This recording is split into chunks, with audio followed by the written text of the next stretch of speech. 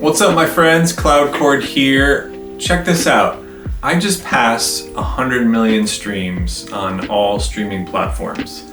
That is an amazing milestone in my career, and I just wanted to express gratitude for all the people that have helped my music get to that level, and you, the listener, who has put me on while you did things with your life like make food or etc. I wanted to share a couple thoughts on how I feel about streaming because it's somewhat of a controversial topic. Here is the soundbite. In my opinion, streaming is the least imperfect model that we've had so far. Meaning, if we compare it back to, say, the old record days with big budgets in the radio and where music was appreciated more, it was also very authoritarian in nature. I know a lot of bands that were just stuck in their zip code until they died a miserable death because they didn't get signed. When I was growing up, there was a term called national act. Oh, let's go check out that band on Friday. They're a national act.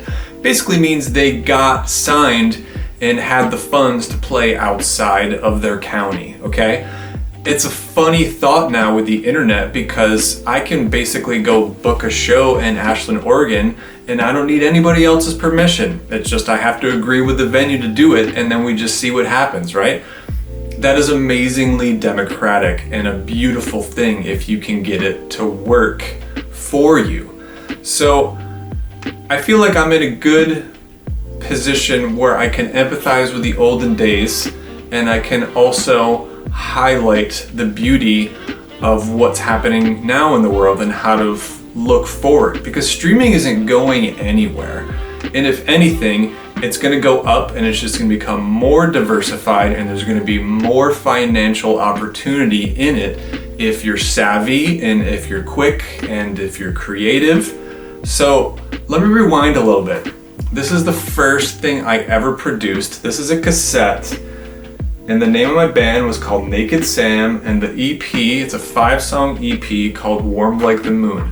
We went down to a record store in Utica, New York called The Last Unicorn, and we bought these blank cassettes. We probably should have labeled it right there, right? And we literally put it up to the boombox with the 2 cassettes, and we were our own record company. We didn't need anybody else's approval, and we sold these from the stage, and we sold these from the back of my car in the parking lot. Let's fast forward to one of my first bands in my professional career. This was a band from Boulder, Colorado that I had with my wife, 8-Track. Amazing art by our friend Janet Gunther. We spent thousands of dollars between the studio, the art, the duplication, the promotion, just to get this. And even then, once we had these in our hands, it was up to us to sell them and basically try to get lucky with local record stores to get them to put it in a place where unassuming eyeballs might check this out and listen to it. It's very hard to get noticed. Obviously, I'm a fan of physical goods because this is a record that I sell at my shows. This is my EP, Moonflower with Proud Cause. So I support the continuation of musical goods in the physical realm, but I also think streaming is an amazing opportunity for us to get our music to scale. And let me give you an example that happened with Cloudcore. A couple years ago, I had a real spike in listenership in Indonesia, and that felt really cool because I don't know anybody in Indonesia. I've never been there, and I was able to gain some new fans and make some dough off of that. Now, if I had been in either of these eras, first of all, it would have been almost impossible in this era to get into Indonesia. And in this era, it would have taken a lot of time and money to get this product into a record store and not just be in debt from the project. By the time you get into duplication and shipping and promotion and communication. So again, I think our current model is the least imperfect model that we have so far. And I look forward to the streaming industry diversifying and becoming more lucrative, and it being more democratic and giving movers and shakers and creative people more opportunities to be their own boss and to cut out the middle people who are taking a big cut.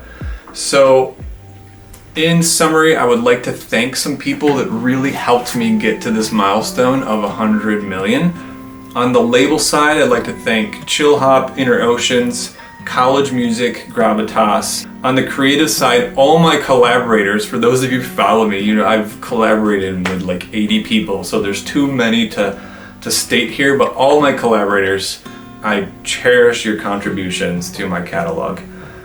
Thank my parents for believing in me, and mom buying that 4-track to make this first demo, and my dad for buying me a cool guitar and letting me borrow the van on all those bar gigs when I was 16. Big thank you to my wife and daughter for giving me the space and freedom to do this and to continue to make music on my own terms. There's never been any pressure from them. It's always been love and open support. And lastly, but very not leastly, thank you to my team, Pivotal Agency, Cole, John, and also Jesse Breda. Thank you all for believing in every note that I have ever played.